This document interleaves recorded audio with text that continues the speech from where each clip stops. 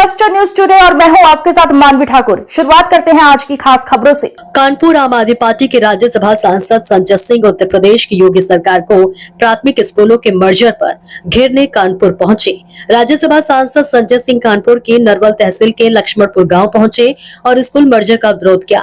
अब सांसद संजय सिंह का कहना है कि आम आदमी पार्टी के लंबे संघर्ष के बाद योगी सरकार थोड़ी पीछे हटी है। जब तक एक भी सरकारी स्कूल बंद रहेगा तब तक आम आदमी पार्टी की लड़ाई जारी रहेगी। जो स्कूल बंद हुए हैं उस गांव में जाऊंगा और बच्चों अभिभावकों से बात करूंगा।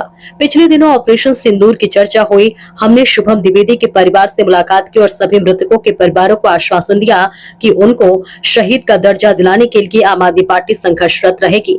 इसके बाद ऑपरेशन महादिवस शुरू हुआ, जिसमें पहलगाम घटना के मास्टरमाइंड को मारने का केंद्र सरकार ने बोला तो हमने कहा कि मृतकों के परिवार ने इन तीनों की शिनाख्त कराई जाए तभी सच सामने आएगा।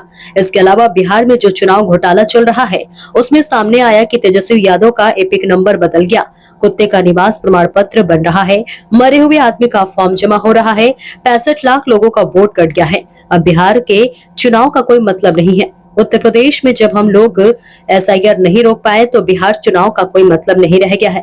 एसआईआर और बीजेपी का मिला जुला आजादी के बाद से चुनाव आयोग का सबसे बड़ा घोटाला है। अरे थोड़ी जगह दे दो भैया। आम आदमी पार्टी के लंबे संघर्ष के बाद उत्तर प्रदेश की सरकार थोड़ा पीछे हटी है, लेकिन अभी भी हमारी लड़ाई जारी है और स्कूलों को बंद करने का जो फैसला योगी सरकार का है, जब तक एक भी स्कूल बंद रहता है आम आदमी पार्टी की लड़ाई जारी रहेगी। और इसी अभियान के तहत आज मैं कानपुर आया हूं।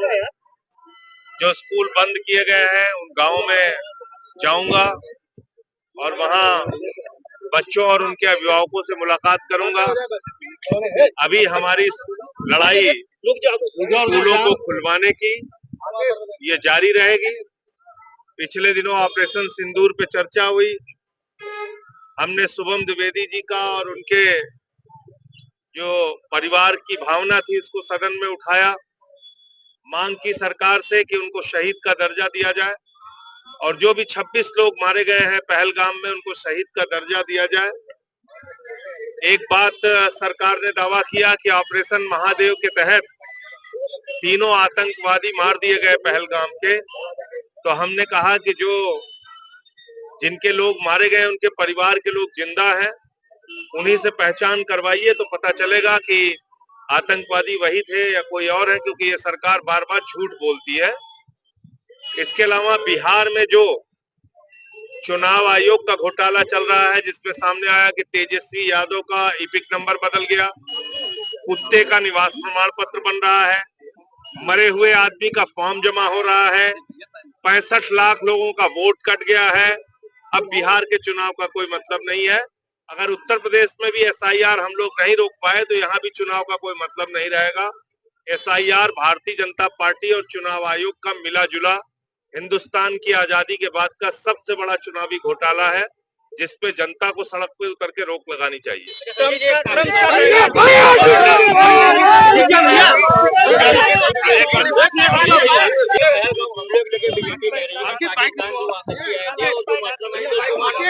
मैं तो कह रहा हूँ यहाँ शुभम द्विवेदी का परिवार है ना, उनसे पहचान करवा दीजिए कि हाँ ये वही आतंकवादी थी। इतनी बात मैं कह रहा हूँ, इतनी ही तो भाई मैं तो कह रहा हूँ आप उनसे उनको आत्मा को थोड़ी शांति मिलेगी। इनके परिवार के लोग जाके देख लें उन आतंकवादियों को।